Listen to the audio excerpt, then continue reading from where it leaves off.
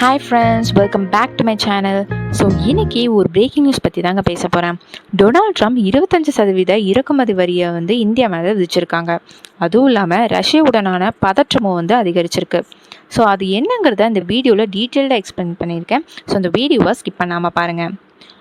அமெரிக்காவோட ஜனாதிபதியான Donald Trump இன்னைக்கு 25% இறக்குமதி வரியை அறிவிச்சிருக்காங்க. இந்த புதிய வர்த்தக போரை தூண்டக்கூடியதாக இருக்கும் அப்படிங்கிறது வல்லுநர்களும் வார்ன் பண்ணியிருக்காங்க.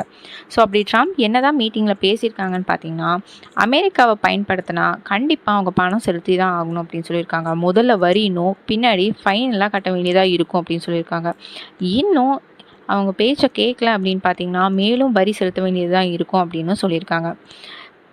அவர் எந்த நாட்டையும் நேரடியாக பேர் சொல்லலை. ஆனால் இது கண்டிப்பாக ரஷ்யாவை தான் குறி வச்சு சொல்லியிருக்கிறதா தெளிவாக தெரியுது.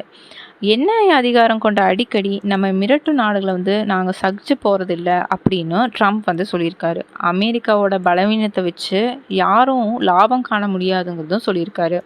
இதனால் அமெரிக்காவுக்கும் ரஷ்யாவுக்கும் இருக்கிற உறவில் பதற்றம் மேலும் மோசமாயிருக்குங்க. ரஷ்யாவுடனா இருக்கும் வியாபாரம் செய்கிற நாடுகள்னு பார்த்தீங்கன்னா இந்தியா மற்றும் சைனான்னு நிறைய நாடுகள் இருக்குது. இவங்களோட எதிர்காலத்தில் தண்டனை நடவடிக்கைகளை எதிர்நோக்க நேரிடும் அப்படின்னும் சுட்டி காட்டியிருக்காரு. ஷேர் மார்க்கெட்ஸில் ஆல்ரெடி நிறைய ஃப்ளக்சுவேஷன்ஸ் இருக்கணும், இன்னும் கண்டிப்பாக காணப்படும் அப்படின்னு சொல்லியிருக்காங்க.